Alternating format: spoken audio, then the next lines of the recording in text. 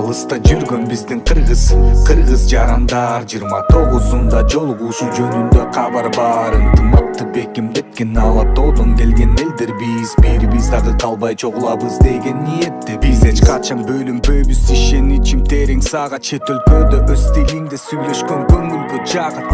Сагынуу сезимдерин ойлоткон кыргыз тил биздин. Бул жакта сендей эле аз эмес саны тууганым бизде. Баарыңарды күтөбүз. 29 декабрда метро Роксвей, Стокгольм шаарында. Алатоодон келген элдер биз, бирибиз дагы калбай чогулабыз деген ниетте.